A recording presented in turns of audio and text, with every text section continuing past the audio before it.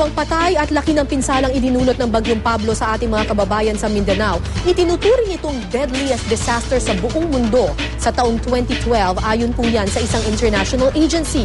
May news to go si Marisol Abduraman. Kagimbal-gimbal ang tumambad ng mga tagpo. Kasunod ng walang humpay na pag-ulang dala ng Bagyong Pablo sa ilang lugar sa Mindanao nitong Disyembre. Higit sa bilyong-bilyong pisong halaga ng pinsala sa agrikultura at infrastruktura ang nakapanlulumong pagkamatay ng mahigit 1,000 nating kababayan.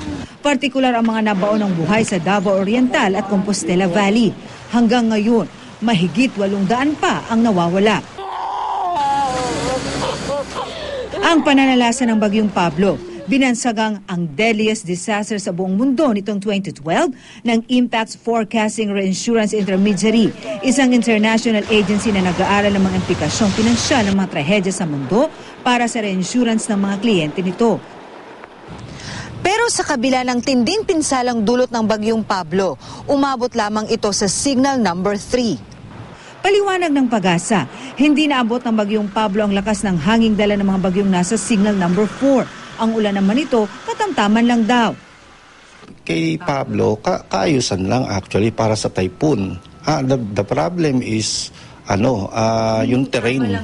Yung kaakibat na hangin dapat ni Pablo is okay lang para sa isang typhoon, no?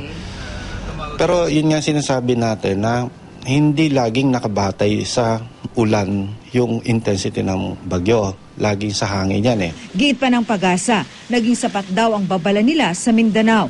Nagkataon lang umano na hindi ganun katibay ang mga infrastrukturang napinsala ng bagyo. Bukod pa sa flash flood at landslide prone area ang mga sinalantang lugar na bihirang daanan ng bagyo. Pero itong Mindanao talagang hindi ganong tinatamaan ng bagyo. So, ang mga bahay dyan, mga lightweight materials lang halos. Ayon sa mga otoridad, malakas o mahina man ang bagyo, mainam na maging handa at sumunod sa mga paalala para iwas disgrasya.